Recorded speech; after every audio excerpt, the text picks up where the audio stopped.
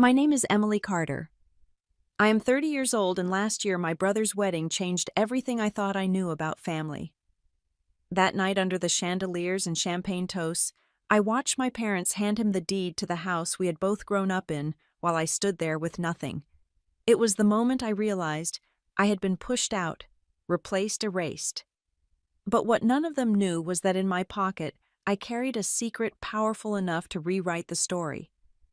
And the question I kept asking myself was simple: what would happen if they ever found out? The chandeliers sparkled above me, casting a warm golden light across the ballroom. The air smelled of roses and champagne, the kind of luxury that makes you feel like you stepped into someone else's life. My brother Michael looked like he belonged here, 32, handsome in his tuxedo, smiling, as if the entire world existed only to celebrate him. Lauren, his bride, was radiant in her lace gown, diamonds flashing at her ears and wrist as if she had stepped out of a bridal magazine. I stood a few feet away, holding my bouquet of soft blush roses, the satin ribbon pressing against my palm. I had picked the flowers myself, making sure they matched the bridesmaids' dresses, and wrapped their wedding gift carefully with a silver bow. I told myself I was happy for them, that this day was about love and family, that it wasn't about me. The reception was loud and filled with laughter. Crystal glasses clinked, plates of salmon and filet mignon were carried out, and people toasted to love, prosperity, and the future. Then suddenly my father's deep voice cut through the noise. "Dad." David Carter stood tall in his navy suit, hair silvered at the temples, his posture straight like the lawyer he had been for decades. Mom Margaret was beside him, her pearl necklace glowing under the lights. They looked proud, expectant. And then I noticed the man in the gray suit with them. It was Mr. Collins, our family attorney. I had seen him before, but never had reason to speak to him. My father smiled, raising his glass slightly. He said today was not only the beginning of Michael and Lauren's marriage, but also a new chapter for the Carter family. Mr. Collins unfolded papers and began to read in that formal tone that always sounded so cold to me. He spoke of the house in San Francisco, the house I grew up in. The white Victorian on the corner with the blue shutters, the one with the oak tree out front where Michael and I used to climb, the house with the scuff marks on the hallway wall where we measured our heights every year. The house that held every memory of birthdays, holidays, laughter, and even tears. And then he said it. As of today, the property valued at $3 million was being transferred into Michael and Lauren's names as part of their new life together. Applause erupted. Glasses were lifted. Michael leaned down to kiss Lauren, both of them beaming. My parents clapped proudly. Guests cheered, the sound echoing off the ballroom walls. And I stood there frozen, my smile stuck on my face like paint that wouldn't dry, my hands trembling around the bouquet. My heart pounded in my ears. That was my home too. My bedroom with the pale yellow curtains, the floor where I had spilled nail polish in 10th grade, the desk where I stayed up cramming for college exams. All of it now belonged to them. As if I had never been there. As if my years and my memories meant nothing. I forced myself to clap, but my palms barely met. My throat burned as I swallowed hard, fighting back tears. This was Michael's wedding. I would not make a scene. I would not embarrass him or my parents. I would smile and act like this was fine. Out of the corner of my eye, I caught Lauren glancing at me. She leaned slightly toward one of her bridesmaids, her lips curling into a smirk. Her voice was loud enough for those around her to hear. "Emily does not really need a house anyway. When she gets married, her husband will take care of her." Laughter rippled around the table. Some chuckled awkwardly, others looked away as if they knew it was cruel, but did not want to be involved. The sound stabbed through me, each giggle another reminder that I was the punchline, the afterthought, the disposable daughter. I pressed my lips together until they hurt my vision, blurring with tears I refused to let fall. My parents did not correct her. My father kept his arm around my mother, smiling proudly at the happy couple. Michael didn't say a word, just pulled Lauren closer as if her words were harmless banter. I excused myself as calmly as I could, telling the people near me that I needed some fresh air. I walked quickly through the ballroom, heels clicking against the marble floor until I reached the balcony outside. The night air was cool, carrying the faint scent of salt from the bay.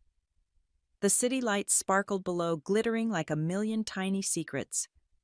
I gripped the railing with both hands until my knuckles turned white. Behind me, the music swelled again, the clink of glasses and bursts of laughter filling the air. But out here alone, the ache in my chest grew heavier. I thought of the home that was no longer mine. I thought of Lauren's smirk and the laughter of people I barely knew. I thought of my brother, my own flesh and blood, standing silent while my place in the family was stripped away in front of everyone. I had told myself this was Michael's day, that I would not be selfish. But the truth was, I had just been erased. With a few words from Mr. Collins and a smirk from my new sister-in-law, I was no longer part of the future of this family. I leaned against the railing, staring out at the city that suddenly felt both endless and suffocating. For the first time in my life, I understood what it meant to be truly alone. When I came back home after the wedding, the house didn't feel like mine anymore. The living room still carried a faint trace of roses from the reception centerpieces, and there were empty champagne flutes scattered on the counter. But the warmth that used to welcome me was gone. I climbed the stairs, slowly clutching my small clutch bag, hoping that at least my bedroom, the one place that had always been mine, would still feel familiar. The moment I pushed open the door, my breath caught. Boxes. Stacks and stacks of wedding gifts were piled high, lining the walls and spilling across the floor. Silverware sets, unopened kitchen appliances, a tower of designer luggage, and expensive crystal glasses still in packaging. My bed, the bed I had slept in since I was 15, was hidden under ribbons and tissue paper. My desk was buried beneath gift baskets and shopping bags. The posters I had tacked to the walls years ago looked childish, now dwarfed by luxury items that didn't belong to me. It no longer looked like my room. It looked like a storage unit for Michael and Lauren's new life. I stood frozen at the doorway, clutching the frame to steady myself. My sanctuary had been stripped away without a word. The one place that had carried my secrets, my tears, and my small victories was now reduced to a backdrop for someone else's future. From downstairs came the sound of laughter, muffled but sharp. Lauren's voice carried easily through the house, full of confidence and authority, as if she had always belonged here. I forced my legs to move one step at a time down the staircase. Each creak of the wood beneath me felt heavier than the last. They were gathered in the dining room. Michael and Lauren sat side by side, close enough that their shoulders touched her hand, resting lightly on his arm. Mom was fussing with the teapot, pouring them fresh cups as if they were the honored guests in their own home. Dad sat reclined in his usual chair, the newspaper spread open, glancing only occasionally at the conversation. Lauren's words floated across the table. She was talking about starting a family, about wanting to plan for a baby right away. She flipped her shiny brown hair over her shoulder and smiled at Michael like she already knew he'd agree. She said she wanted a nanny, but not just any nanny. She wanted a live-in nanny, someone who could care for the baby day and night, handle the laundry, and keep the house running smoothly. She said she'd already asked friends and knew exactly how much it would cost. Michael hesitated, his voice tentative. He said the house wasn't that big, that with only 3 bedrooms space would be tight. He suggested maybe a day nanny instead, someone who came in during the day and left at night. Lauren's tone sharpened instantly. She said she didn't want a babysitter who clocked out at 6, and she wanted someone who would live in, who could be trusted completely. Especially, she added, since she planned on going back to work after maternity leave. She said it with conviction, like the decision was already made, and Michael's doubts were nothing more than an inconvenience. I stood quietly at the doorway, unsure if I should interrupt. But then Lauren's gaze shifted, her eyes sliding to me. She looked at me for a long moment, and in her silence I felt the weight of what was coming. When she finally spoke, her smile was polite, but her words were knives. "Well, if we're bringing in a nanny, maybe Emily should think about finding her own place. That way the nanny would have a proper room, and things wouldn't feel so crowded." The room went silent. My heart dropped, though I forced my face to stay calm. Mom shifted in her chair, her voice soft but cutting in its own way. "Emily, you know how it is. You're young independent. Girls can always manage to figure things out. Maybe it would be good for you to try living on your own." She said it kindly with a gentle smile, as though she were offering advice. But every word landed like a slap. I turned toward her, searching her face for a sign, any sign that she still saw me as her daughter, as someone who belonged here. But her eyes slid away back to the teacup she cradled in her hands. Dad didn't even lower his newspaper. He made a sound something between a cough and a grunt, but didn't speak. Lauren leaned her head against Michael's shoulder, satisfied, like she had scored the final point in a game I hadn't even agreed to play. Michael's silence was deafening. He didn't argue. He didn't defend me. He didn't even look at me. His silence told me everything I needed to know. My face burned hot humiliation flooding my chest, but I refused to let them see me break. I curved my lips into a smile that felt like it might split my skin. I murmured an excuse about being tired and walked back upstairs, shutting the door firmly behind me. I leaned against it, the muffled sound of their voices drifting up through the floorboards. Their laughter, their plans, their future, all of it reverberated through the walls. Each sound pressed into me like a reminder that I had no say here, no place in the life they were building together.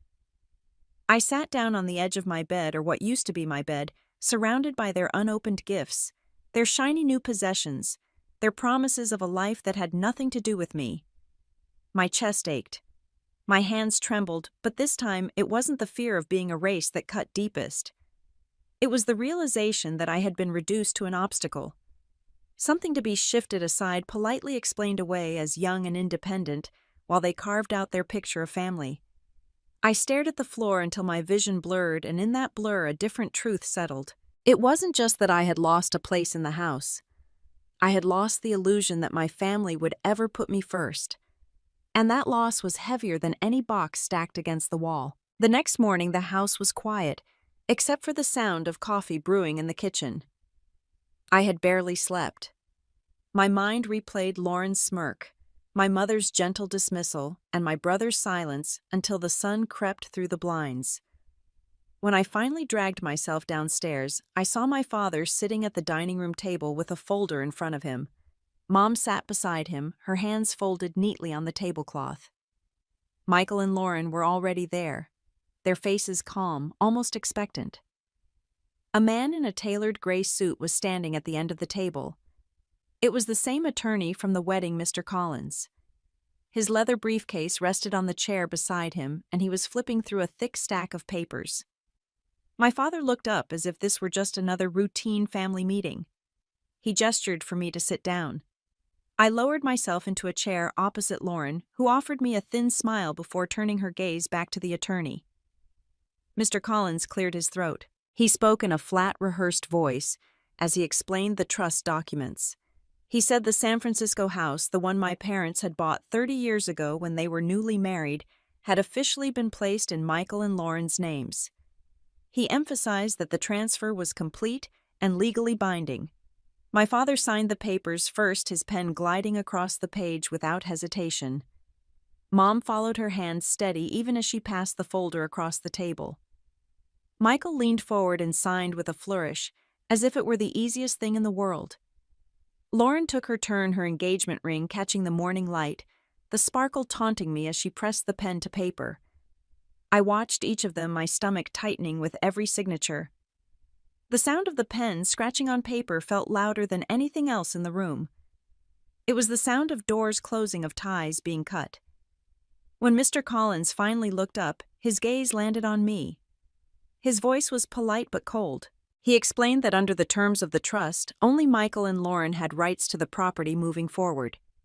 He said plainly that I no longer had any legal claim or entitlement to the house. His words echoed in my head, stripping away the last fragile thread I'd been clinging to. I opened my mouth, but no words came out. All I could think of were the memories that lived in those walls, the nights I stayed up studying in my room, the way Mom used to call us down for dinner, the Christmas mornings when Michael and I tore open presents by the fireplace. None of that mattered anymore. Legally, it was no longer mine. Lauren reached across the table to squeeze Michael's hand. She looked radiant, her expression soft as she said how grateful she was for my parents' generosity, how she and Michael would take good care of the house and honor its legacy. My parents nodded, pleased. I felt invisible. It was as if I had never lived there, as if my years of growing up in that house had been erased with a stroke of a pen. I looked to my mother, hoping she might acknowledge me, reassure me that this did not mean what it so clearly meant. But she kept her eyes on the documents. My father leaned back in his chair, satisfied. I swallowed hard, my throat raw. The attorney slid the final copies back into his folder, snapped it shut, and shook hands with my parents. He wished Michael and Lauren well before leaving. The sound of the front door clicking shut seemed to mark the end of something I could never get back. Silence filled the room for a moment. I wanted to scream, to demand why, to ask how they could do this without even talking to me. But I sat frozen, my hands gripping the edge of my chair. My father finally broke the silence. He said this was for the best, that Michael was the eldest son, that it made sense for him to take over the family home. He said I was young, capable, and that when the time came I would make my own life somewhere else. His tone was final, as if he had rehearsed these lines in his head and convinced himself they were fair. I could feel my pulse hammering in my temples. Michael looked at me, but he said nothing. Not a word of defense, not a gesture of regret. He just sat there, fingers entwined with Lauren's, content to let me fade out of the picture. It hit me then, sharp and undeniable. I had been cut out, erased, not just emotionally, but legally, officially. I was no longer part of the home I grew up in. My family had chosen, and it was not me. I excused myself, my voice barely audible, and walked out of the dining room. My feet carried me upstairs, though I had no destination. When I closed my bedroom door behind me, I pressed my back against it and let the silence sink in. The truth wasn't in the way they spoke or even in their silence. It was in ink and signatures in legal language that turned childhood into a transaction. Sitting on the floor with my knees pulled tight to my chest, I understood my name had been written out of the future, not with cruelty, but with paperwork that could never be undone. I packed what little I could fit into 2 suitcases and left San Francisco behind. The flight east felt endless, the hours dragging as I stared out the window at the clouds, replaying every word spoken at the dining table. I tried to close my eyes, but sleep never came. Every time I drifted close, I heard Lauren's laugh, my mother's dismissal, and the cold finality of the lawyer's voice. When the plane finally landed at Newark Airport, I carried my bags onto the train, my body heavy but restless, my heart pounding with the uncertainty of what waited ahead. The city outside the train windows looked gray, almost harsh, but it was also a place where no one knew my name. That anonymity felt like both a gift and a curse. By evening, I was standing in front of a tired old brick building in the heart of Newark. The paint peeled from the window frames, the hallway smelled faintly of bleach and something fried. I unlocked the door to my studio apartment and stepped inside. The place was barely 400 square feet, small enough that I could see everything at once. The rent was $1,600 a month, not including utilities, and it showed in the details. The walls were a dull beige, the carpet worn thin in spots, and the single window looked out over a narrow alley where the smell of grease from the diner downstairs drifted in at all hours. I set my suitcases down and looked around. The tiny kitchen had 2 burners and a refrigerator that hummed loudly, almost like it was breathing. The bathroom tiles were chipped, the mirror spotted with age, and the shower curtain clung damply to the tub. Still, it was mine. For the first time, I closed the door and knew no one could tell me to leave. No one could stack boxes on my bed or sign away my home. It was a strange mix of freedom and fear, as if I had been cut loose into the world with nothing but my own 2 hands. My salary after taxes was $3,500 a month. Once the rent, utilities, and groceries were paid, almost nothing remained. I became careful with every expense. Nights were simple meals, often plain, but it was enough to keep going. And there were moments of grace. My neighbor across the hall, Mrs. Johnson, was 70 years old, a widow with curly gray hair and sharp blue eyes that missed nothing. The first time I met her, she knocked on my door, holding a plate of warm cornbread. She said she had seen me moving in and wanted to make sure I had something to eat after a long day.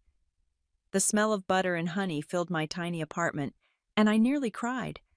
I thanked her with a voice that shook, and she just patted my arm gently. She told me if I ever needed anything, I could knock on her door. The next time we crossed paths in the hallway, she remembered my name. Over the next few weeks, she became the only person who asked how I was really doing.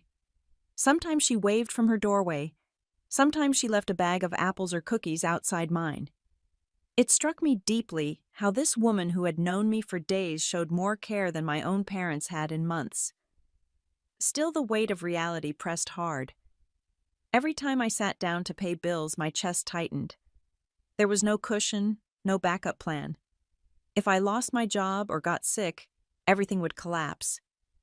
At night, I lay awake, staring at the cracks in the ceiling, wondering how I had gone from a daughter of a comfortable family to a woman balancing on the edge of survival.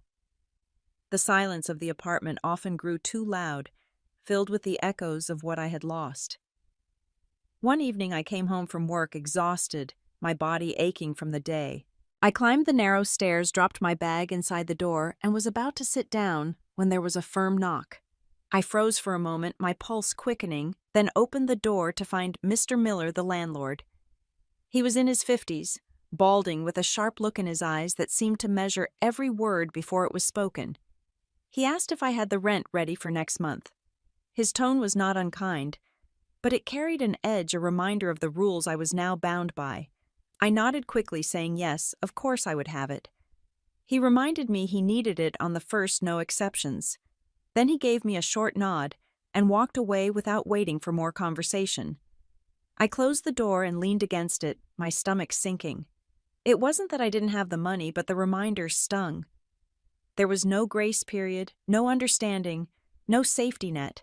I was no longer living under my parents' roof, no longer someone who could rely on anyone else. Every month would be a battle, every bill a reminder of how fragile my situation was. I sat on the edge of my narrow bed, the hum of the refrigerator filling the silence. The air in the room felt too heavy, pressing against my chest. I thought about how easily one misstep could undo everything I was holding together. A missed paycheck, an unexpected illness, a late rent payment. The line between stability and collapse was razor thin, and I was walking it every day. And yet in that small, dim apartment, I felt something else too. Pride. Pride that I had made it this far on my own, that I had survived the humiliation, the betrayal, the coldness of people who were supposed to love me. Fear lived in the corners of that apartment, but so did resilience. For the first time in my life, I truly understood what it meant to stand alone.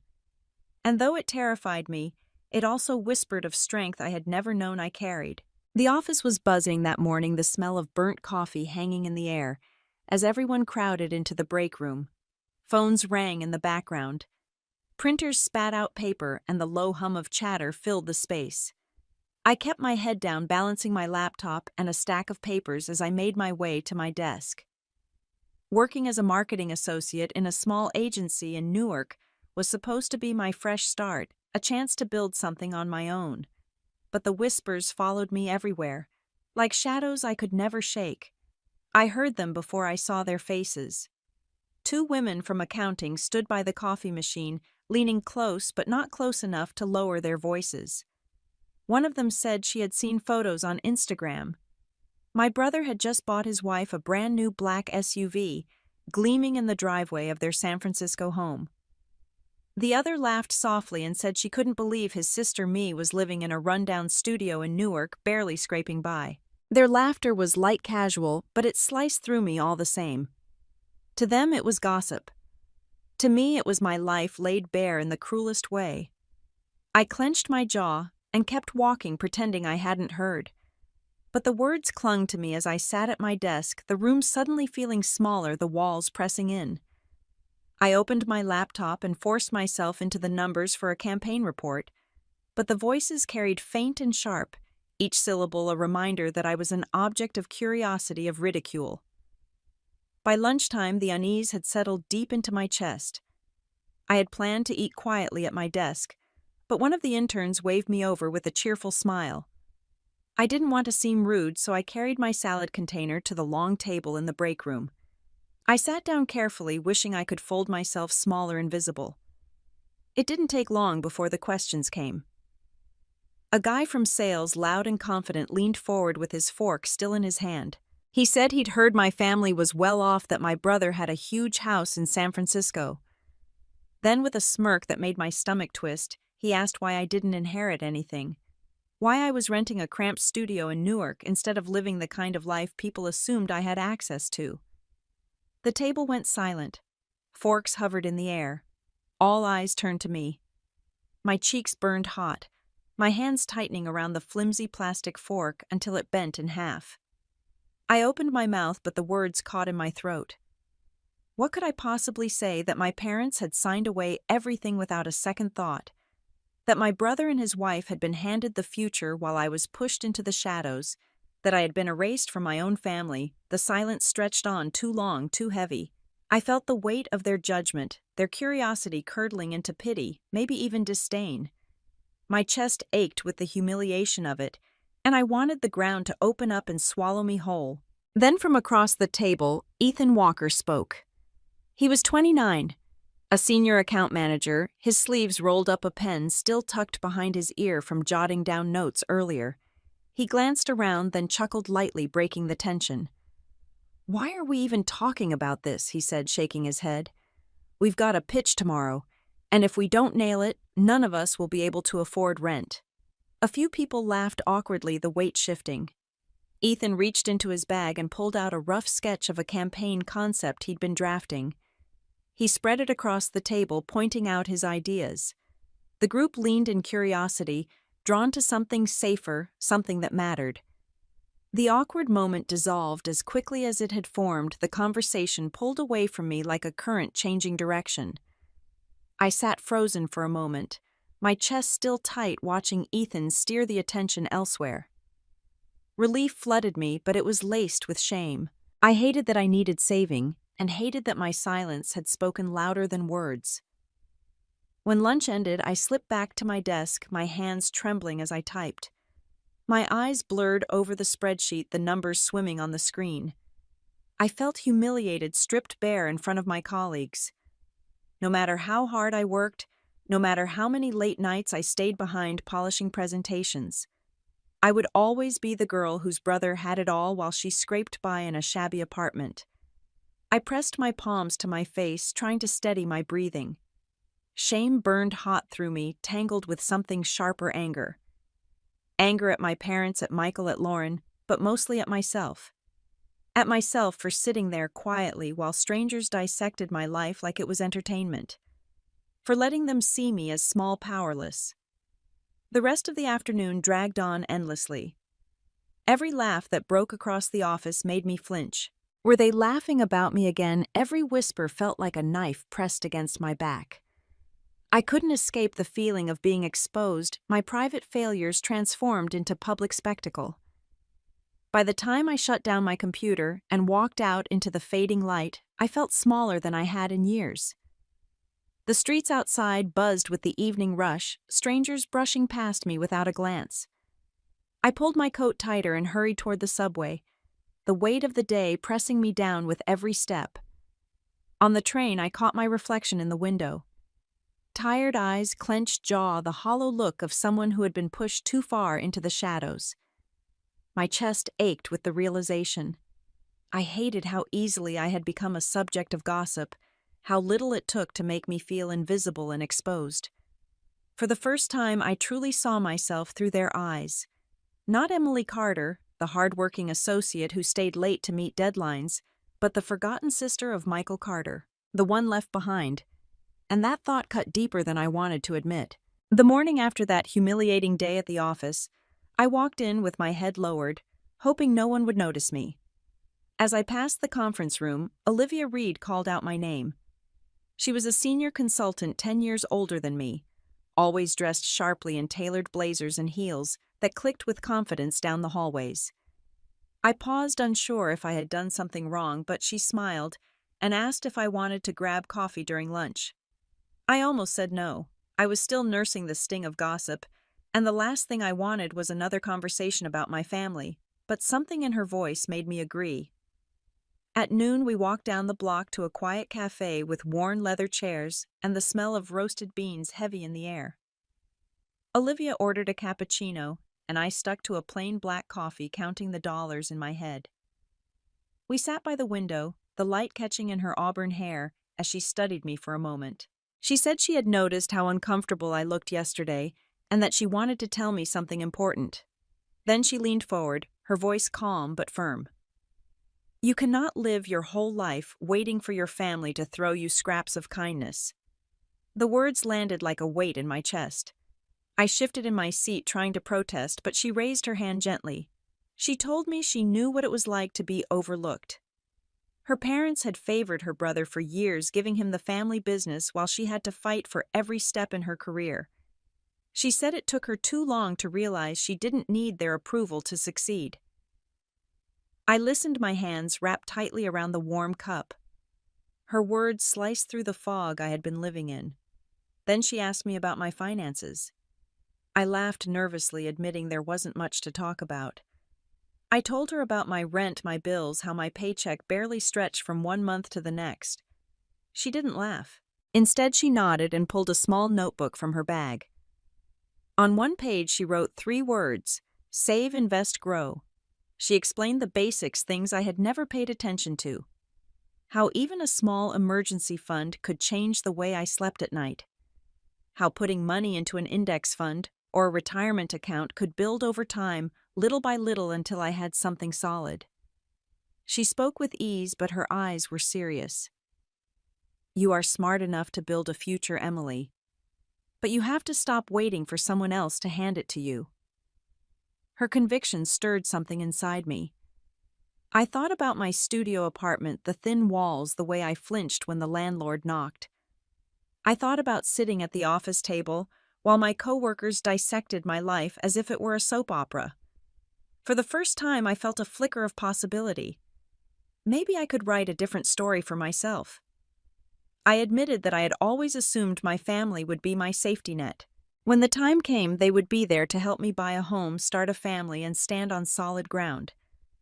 But now that net had been cut, and I was free-falling, Olivia's gaze softened. Then let the fall push you, she said. Sometimes the ground you hit becomes the foundation for something new. I sat there, stunned into silence. The cafe buzzed with quiet conversations, the barista steaming milk, the hum of life carrying on outside. But for me, the moment felt still. Something shifted in the air. I nodded slowly, feeling the weight of her words settle into my bones. I realized that I had been clinging to a hope that would never come. That waiting for my family to see me, to value me, was like standing in the rain hoping for the sun. We finished our coffee, and she scribbled a few resources on a napkin. Books to read, websites to follow, apps that could help me track my spending. She slid it across the table with a smile. Start small, she said, but start. Walking back to the office, the cold wind whipped at my coat, but I felt strangely lighter. For the first time in months, the shame and anger didn't feel quite as suffocating. There was a different kind of fire building in me, one that whispered I didn't have to stay in the shadows of my family's choices. I could build a life that was mine, one decision at a time. That night, sitting in my tiny studio, I opened a new spreadsheet on my laptop. I wrote down every dollar I earned, every expense, and for the first time, I added a column labeled savings. It wasn't much, but it was mine. As I shut the computer, I caught my reflection in the window. My face still carried the weight of disappointment, but behind it was something else, something unfamiliar: determination. And in that quiet moment, I understood that my life didn't have to be defined by what my family had taken from me. It could be defined by what I chose to build next. It had been another long day at the office, the kind where the hours blurred together under the glow of fluorescent lights. By the time I stepped into the chilly night air, my body ached with exhaustion. On the way back to my apartment, I ducked into the corner grocery store for some milk and bread. At the counter, the clerk asked if I wanted to add a Powerball ticket. I hesitated, my wallet already thin, but something made me nod. I handed over a couple of crumpled bills, slipped the ticket into my coat pocket, and walked out without thinking twice. The following week came and went. Work piled up, bills arrived, and the ticket stayed buried in my pocket, forgotten among receipts and lint. Life didn't pause for little slips of paper. One Friday afternoon, Olivia stopped by my desk, her smile wide and her eyes sparkling. She told me she had won $500 on a Powerball ticket she bought at the gas station. She laughed, waving the winning stub in the air, saying it wasn't much, but it felt like the universe had given her a wink. Her words jolted something in my memory. That night back in my cramped studio, I dug through my coat until my fingers brushed against the wrinkled paper. I smoothed it out on the kitchen counter, staring at the faded numbers I had barely paid attention to when I bought it. The lottery drawing had already aired hours earlier. My heart thudded as I pulled up the winning numbers on my phone. The screen glowed in the dim light of my apartment, and I read them out loud one by one, my voice trembling. First number matched. Second number matched. My breathing quickened. Third, fourth, fifth, all matched.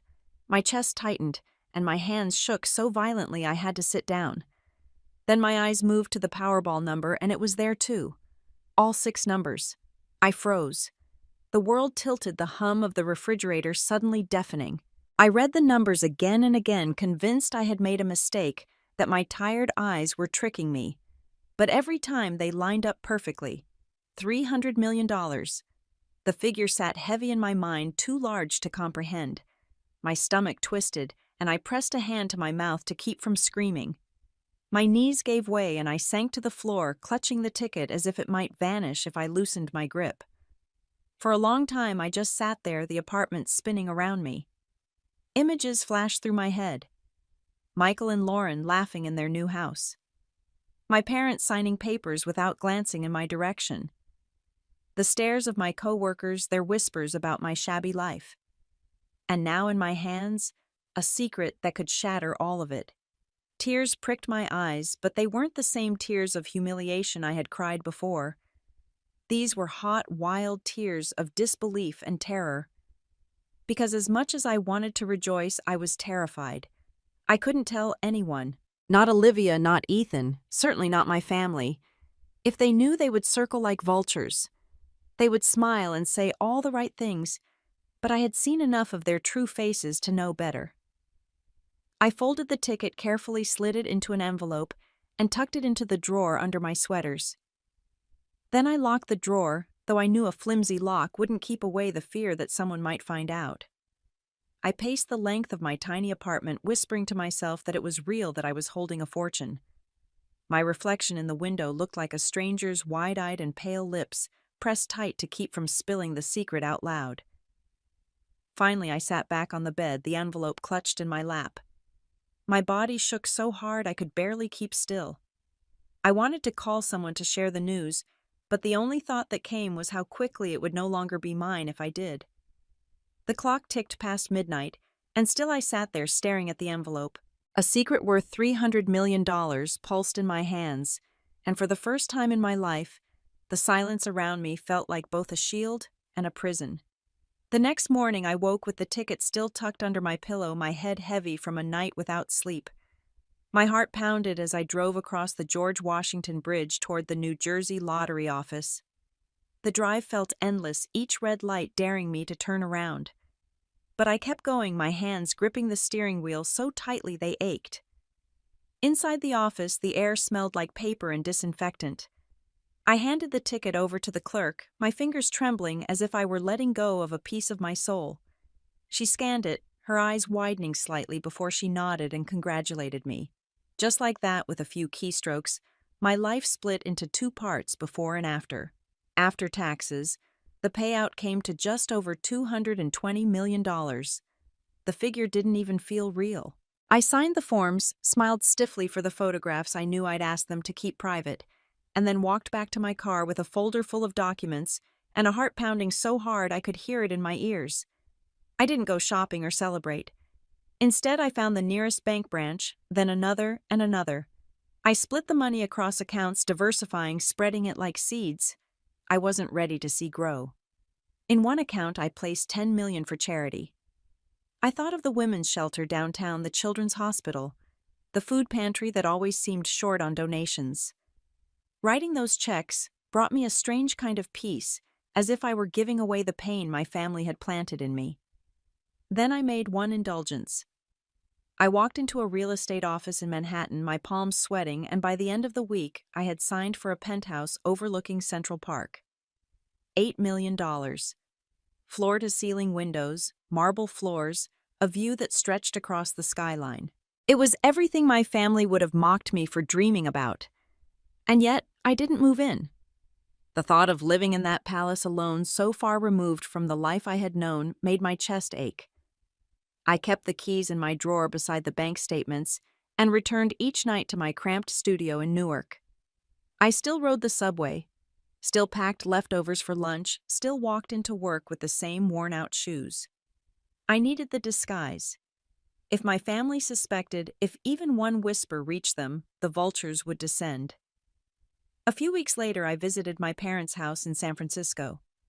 It had been months since the wedding, and part of me wanted to test whether the distance between us had softened.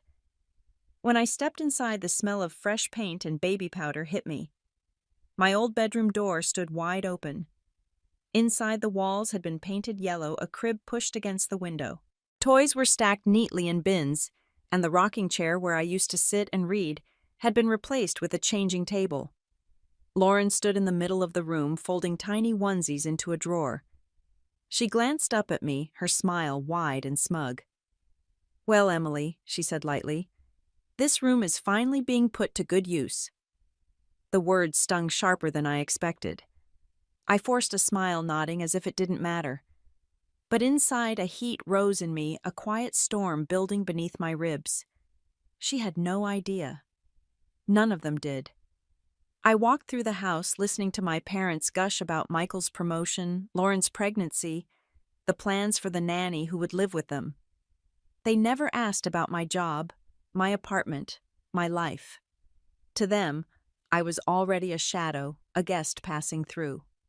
When I excused myself to leave, Lauren followed me to the door. She placed a hand on her stomach and tilted her head, her voice dipped in mock sweetness. "You'll understand someday, Emily. Once you have a family of your own, you won't care about these things." I bit my tongue, swallowing back the words that clawed at my throat. That I could buy and sell this house 10 times over. That while she measured her worth in hand-me-down walls, I had built a kingdom in silence. Instead, I smiled, hugged her briefly, and walked out into the evening air. As I drove away, the lights of the house faded in my rearview mirror. They thought they had erased me. They thought I had been pushed aside, forgotten, left to scrape by. But in the quiet of my car, I gripped the steering wheel and let the secret warm me like fire. They would never see it coming. And that knowledge was more intoxicating than all the money in the world. Thanksgiving in 2023 arrived with the usual fanfare. Margaret called me a week before, insisting that I come home, her voice chipper, as if nothing had ever fractured between us. I agreed, though my stomach nodded at the thought of sitting at that table again. When I walked through the front door, the smell of roasted turkey and cinnamon pies filled the air. The house glowed with golden light, the same house I had once called home, but now felt like a stranger's stage set. Michael greeted me with a stiff hug, Lauren gave me a kiss on the cheek that barely grazed my skin, and my parents beamed like the family portrait was complete again. The dining table was dressed in fine china, polished silver, and crystal glasses. Laughter floated through the air as relatives gathered glasses, clinking children running around. From the outside, it looked like warmth. From where I sat, it felt like a carefully rehearsed play, one where my role had been cut long ago, but I was still expected to sit quietly in the audience. I tried to blend in, scooping mashed potatoes onto my plate, sipping wine, nodding at conversations about promotions, mortgages, and college applications. But then Lauren's voice rang out clear and deliberate, carrying just enough weight to silence the chatter around her. "Emily," she said sweetly, "you know a girl doesn't really need her own house. All she needs is to find a good husband who can provide." The room erupted in light laughter, my parents chuckling along as if it were a harmless joke. Even Michael smirked his eyes, avoiding mine. Heat surged into my face and I gripped my fork so tightly it pressed into my palm. My chest burned with humiliation, though I forced a smile, the kind of smile that hurt more than tears. The conversation moved on, but the sting lingered. Every word reminded me of how little they thought of me, how easily they dismissed my place in the family. I sat there listening to the clatter of forks and the easy banter, and the truth settled heavy in my gut. I had never really belonged here. Not as a daughter, not as a sister, not as anything but an afterthought. I set my glass down, my voice low but steady, caring just enough to be heard. What if I were richer than all of you? The table went silent for a breath. The kind of silence that makes you aware of every pair of eyes on you. Lauren blinked, then tilted her head back and let out a laugh, sharp and cutting. "Oh, Emily," she said, almost pitying, as if she were humoring a child. "We both know that's impossible." Her laughter spread around the table, others chuckling nervously, joining in, because it was easier to laugh than to question. My parents smiled, Michael shook his head, and I sat frozen, my throat tightening with every sound. What hurt most wasn't their laughter. It was how easily they assumed the hierarchy of our lives was permanent, as if I was destined to remain at the bottom while they dined in comfort. My question had unsettled them for a heartbeat, but then they had dismissed me with a laugh. I swallowed hard, pressing the words down until they burned like glass in my chest. I wanted to tell them the truth, but instead I lifted my glass and let their laughter pass over me. The silence inside me wasn't a weakness anymore. It was fuel. Inside my heart cracked, but beneath the pain was steel.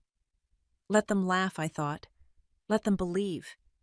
Because when the day came when the tables finally turned, their laughter would echo back at them like a curse.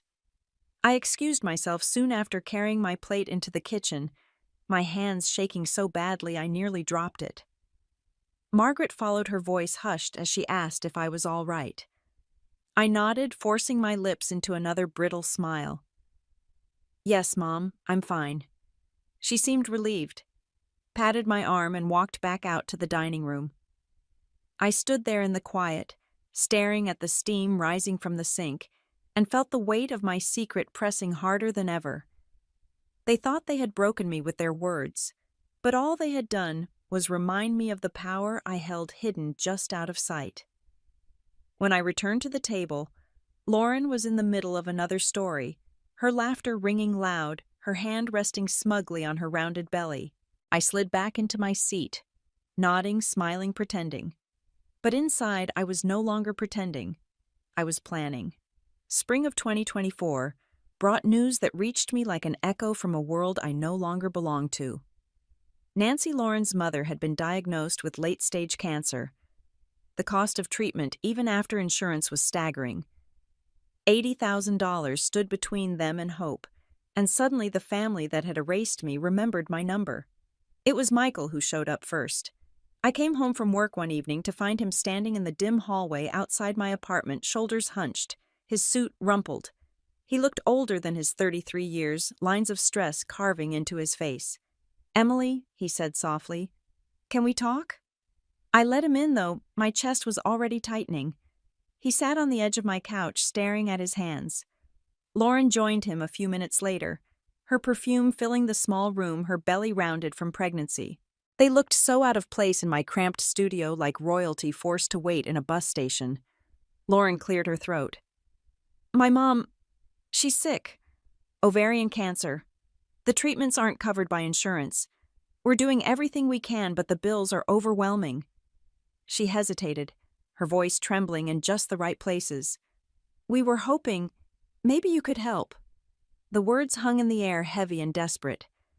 Michael kept his head bowed, shame written in every line of his body. Lauren's eyes, though wet, still carried that sharp glint, the one that had mocked me over Thanksgiving dinner, the one that had dismissed me as nothing but a spinster in waiting. I stared at them, memories flooding in like a tide I couldn't hold back. The wedding day when they had smiled as the deed to the family house was handed to them. The way my bedroom had been cleared out for their nanny. The laughter around the table when Lauren said I didn't need a home of my own, when everyone chuckled at the idea of me being wealthy.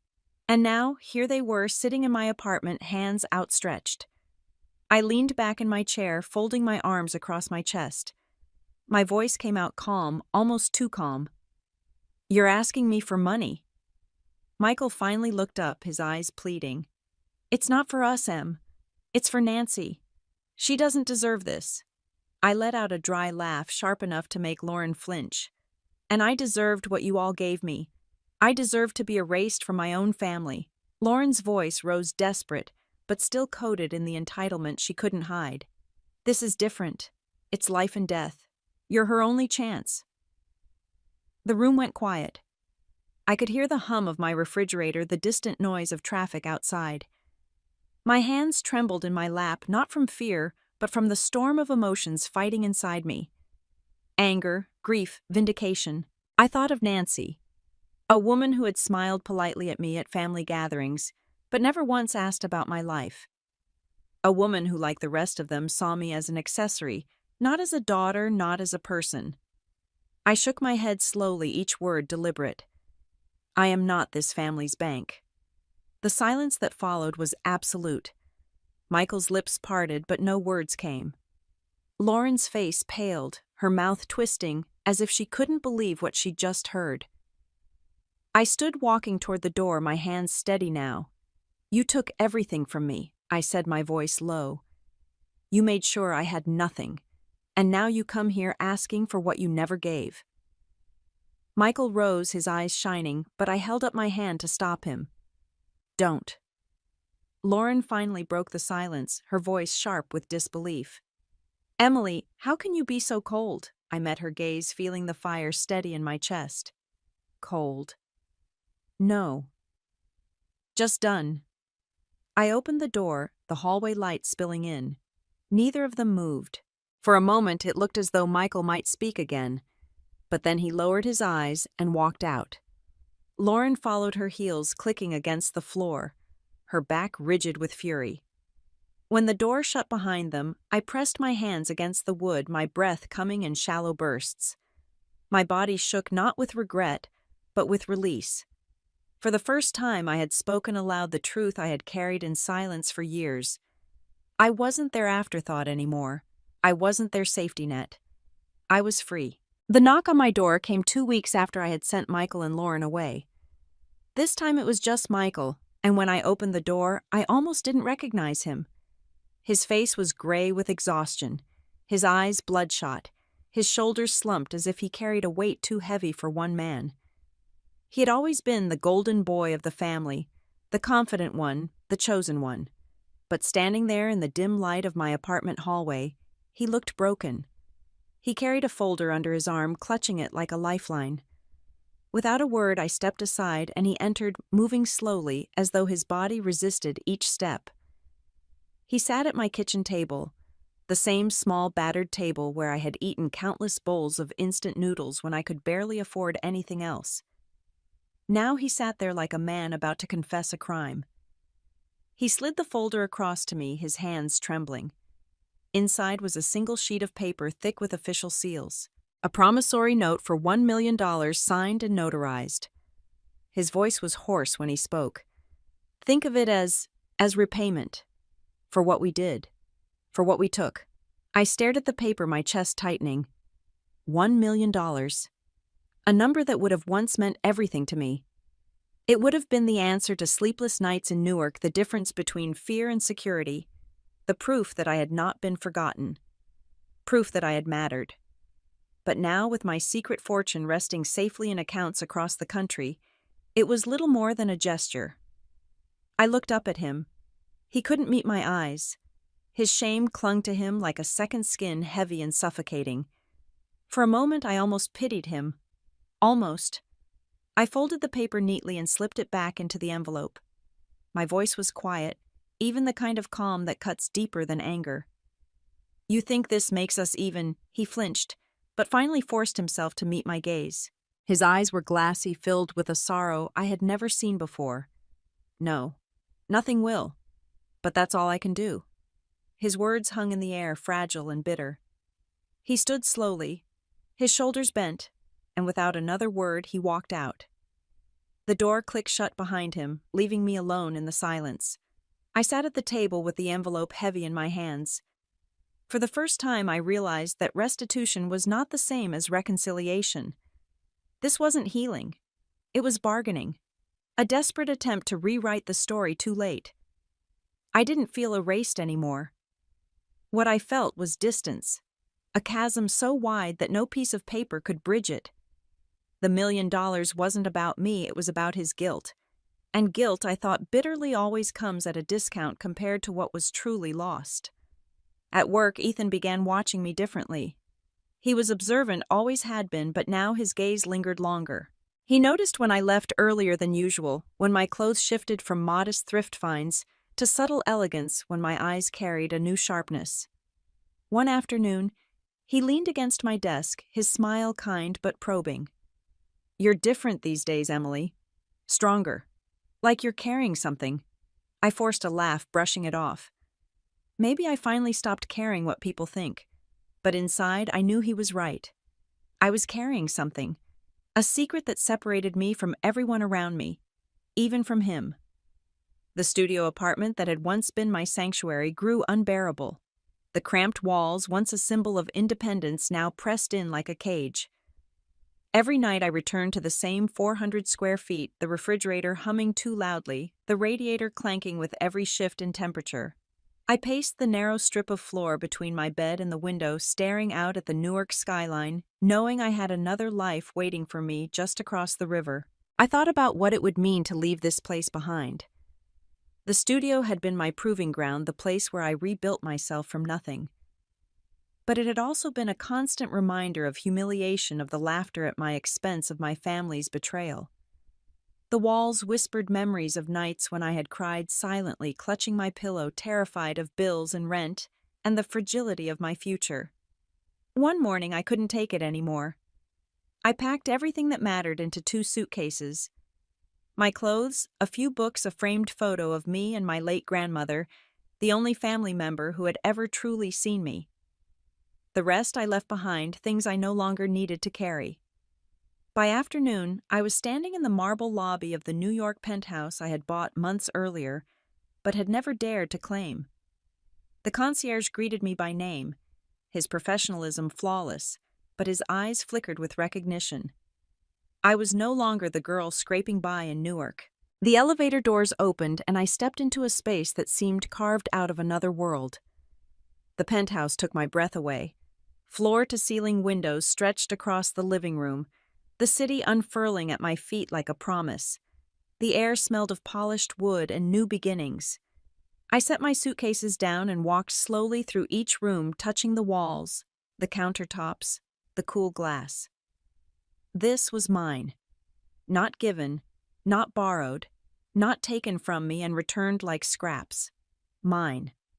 I paused in the master bedroom, running my fingers along the smooth edge of the bed frame, and I thought about Michael's promissory note. A desperate attempt at atonement. $1 million placed in my hands, as if money could erase years of humiliation, neglect, and betrayal. But I didn't need it. I didn't need them. As the sun dipped below the skyline, casting the apartment in shades of gold and fire, I opened the balcony doors and stepped into the cool evening air. The sounds of the city drifted up alive and endless. For a long time, I simply stood there, breathing in the freedom, the vastness, the certainty that I had finally stepped out of their shadow. Behind me, the envelope with Michael's promissory note lay unopened on the counter, a relic of the past. I left it there untouched, as a reminder of everything I had overcome. For the first time, I felt what freedom truly tasted like. And it was sharper, sweeter, and more intoxicating than anything they had ever offered me. By 2025, the penthouse had become my sanctuary. Each morning I stood by the tall windows, coffee in hand, watching the city below wake up in waves of light and sound. From this height, the chaos of the streets looked small, almost distant, and I felt a calm I had never known inside my family's house. News of them still reached me sometimes through relatives, sometimes through whispers I overheard when I went back to Newark to tie up loose ends. Michael's career had taken a sharp turn downward. The bank he managed lost a major client, and rumors spread that he had mishandled accounts. His name, once spoken with respect, was now tangled with doubt and mistrust. Lauren's world crumbled in its own way. Her closets, full of designer handbags and jewelry, slowly emptied one item at a time, each sold off to cover debts. I imagined her at consignment counters smiling through gritted teeth as strangers appraised what she once flaunted. She had spent years measuring her worth in possessions, and now those possessions slipped through her fingers like sand. Nancy, her mother, didn't survive the year. The treatments bought her time, but not enough. When she passed, the grief in Lauren's face was real, but so was the desperation. Medical bills piled high unpaid, hanging over them like a storm that wouldn't break. I didn't attend the funeral. I didn't send flowers or condolences. I stayed in my penthouse, standing by the window, looking out at the city that had become my refuge. My silence was my answer. Sometimes I wondered if they thought of me, if they replayed the words I had spoken when they asked for help. I am not this family's bank. I wondered if they finally understood what it felt like to be abandoned, to be left without a safety net. Ethan reached out now and then, inviting me to dinner or drinks, his tone light but curious. He could sense I was different, but he didn't press. I appreciated his kindness, but I kept my world small, my secret locked away. Freedom had a taste, and I wasn't ready to trade it for explanations or confessions. One evening, as the sun sank behind the skyline, painting the glass towers in shades of gold, I stepped onto the balcony. The air was cool, the city alive beneath me. For a long moment, I simply breathed, letting the past slip further away. The girl who once sat at a family table, humiliated by laughter, erased by signatures on a page, no longer existed. In her place stood a woman who had built her own future not from inheritance or handouts, but from resilience and a twist of fate that no one could have predicted. My voice rose softly in the quiet, as if confessing to the night. After my brother's wedding, I was abandoned with nothing. But from that moment, I found the strength to live for myself. When fortune came knocking, I no longer needed anyone's approval. I closed my eyes, the city lights pressing against the darkness, and let the words settle deep inside me. The past no longer held me. The future was mine. After my brother's wedding, I was abandoned with nothing. But from that moment, I found the strength to live for myself. When fortune came knocking, I no longer needed anyone's approval. My new principle is very simple. I no longer try to prove my worth to a family that once laughed at me when I had nothing. I choose to surround myself with people who see that I am enough, even without titles, wealth, or recognition. For me, family is not defined by blood. Family is the people who stand by you when others turn away, the ones who believe in you even when the world sees you as invisible. And I have witnessed with my own eyes what many call karma. Those who once cast me aside have paid the price through their downfall, loneliness, and loss. Meanwhile, when I stopped seeking their approval, I found freedom, happiness, and a life they could never have imagined for me. If you are listening now, you understand this truth. Revenge does not always require loud actions. Sometimes it only takes patience and letting karma do its work. Have you ever seen karma catch up with those who hurt you? Do you believe that justice always arrives, even if it comes late? I would love to hear your story in the comments. And if this message resonates with you, share it with someone who needs to know that the universe always balances itself. Don't forget to subscribe for more stories where karma finds the right address and self-respect becomes the greatest